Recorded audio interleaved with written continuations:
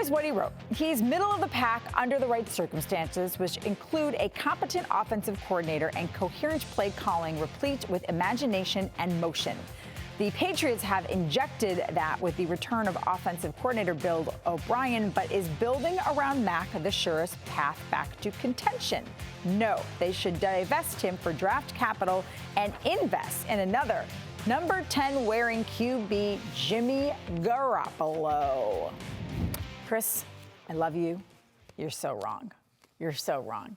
I think I heard you today on the radio or yesterday on the radio say that you agree with this. I just don't understand it. I don't understand why you would take an injury-prone guy who's going to cost you $25 or $30 million, which is the going rate for just a decent quarterback, and put him on a roster. He didn't make the San Francisco 49ers.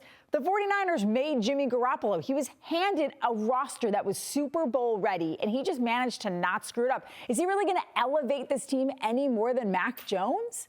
And even if he does, is it going to get you to yes. Is it going to get you to a Super Bowl? Like, is it Maybe worth not. it? Exactly. Then why do it? Well, I can explain. it. I think this comes down to a couple of things. Number one is you need to recognize the gap between these two guys is not large. Okay? It's two guys that I think are in the similar bucket of quarterbacks, which is on their best days somewhere in the middle to teetering around top 10. Okay? So they're in that same department. The things that could make it reasonable or a good idea would include the Raiders wanting to give up real draft capital because the contract of Mac Jones is attractive to them.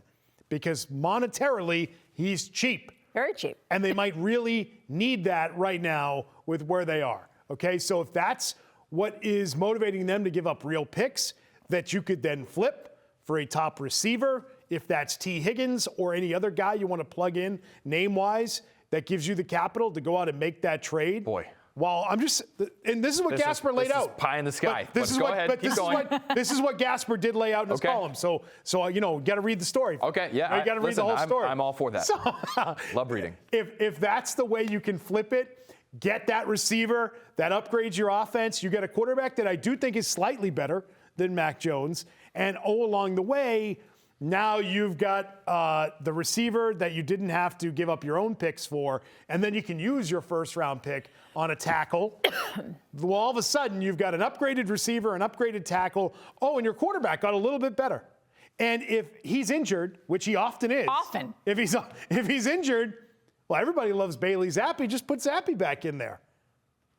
Everybody loves Is that a serious fit? That was a serious everybody loves Bailey Zappi for like 2 games. Okay, so you're assuming a lot of things here. Situation. You're assuming a lot of things here. You're assuming that Jimmy Garoppolo is actually better than Mac Jones, which I don't believe. We know what Jimmy Garoppolo is. We have a very clear idea what his ceiling is. He was in the best quarterback situation in the NFL. Best play caller, best weapons, that team dying to get rid of him. Willing to sell their entire future to make sure that they didn't have to run out Jimmy Garoppolo at quarterback anymore. That's how badly they wanted Jimmy Garoppolo to be their guy for the foreseeable future. So that's number one. Number two, you don't know what Mac Jones' ceiling is. You could talk about how, Jimmy Garoppolo is, middle of the pack guy. That's sort of what Mac Jones is.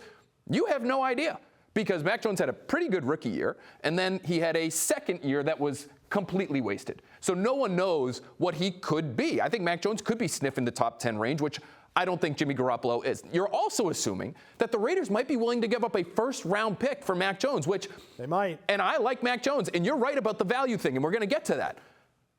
But aren't you, by definition, selling low on Mac Jones if you were to trade him this offseason? Are they going to be willing to give up the number? They have the number 7 overall pick this year. The Raiders aren't giving up the number 7 overall pick for Mac Jones this year. I don't think they are either. So then why is this a discussion? Also, because the second-round pick that you might get at most for Mac Jones right now, to me, is not worth giving up on potentially finding out that he has a pretty good ceiling, that he could be sniffing top 10 as early as year 3 on a very low rookie salary. So I wouldn't make that trade-off. That, to me, is not worth the squeeze the way Chris Gasper lays it. Listen, I'm with Phil. If it's a second-round pick, this isn't even a conversation. It's pointless. But even if it's better than that, though, then you have to consider it. Even You're if gonna it's a get a top 10 first-round pick pick, for like him? let's say it's a first round pick, and that you would get that. Then you and Chris Gasper want to flip it to go get T. Higgins. Except Andrew Callahan made a good point on this show the other day. He was like, so, and this was with Mac as the quarterback, but I feel the same way if it's Jimmy Garoppolo. So then you get this great receiver, and you get like a kind of okay, slightly better than average quarterback. And that's oft injured. What is Mac Jones? Why is it that he believes Mac Jones is so much better than Jimmy Garoppolo? It's not that. It's that he's saying, why go out and get these top-tier people, these top-tier players, if, quite frankly, you don't really know what you have at the quarterback position? Well, I hate that line of wasting thinking. draft Then why capital. do anything? That's a horrible line of thinking. Then why do anything? Now why you show up? you really have no chance of finding out what Mac Jones Holy is. If you crap. just say, well, he's probably not Joe Burrow. So why would we ever try to surround him with the weapons that Joe Burrow has? Well, I don't know, because it might actually get him closer to his ceiling, and that ceiling might be pretty damn good for a guy who makes about $5 million a year over the course of the next few years. That maybe you don't, like the idea of investing right now in those pieces might not be the best way to go. You invest in someone younger who can grow with. I'm with Phil. You can't find out what you have for pieces unless you invest. And you found out on Jimmy Garoppolo. You have found out because he's already played in the best situation in football for a quarterback, and you know he's middle of the pack at best.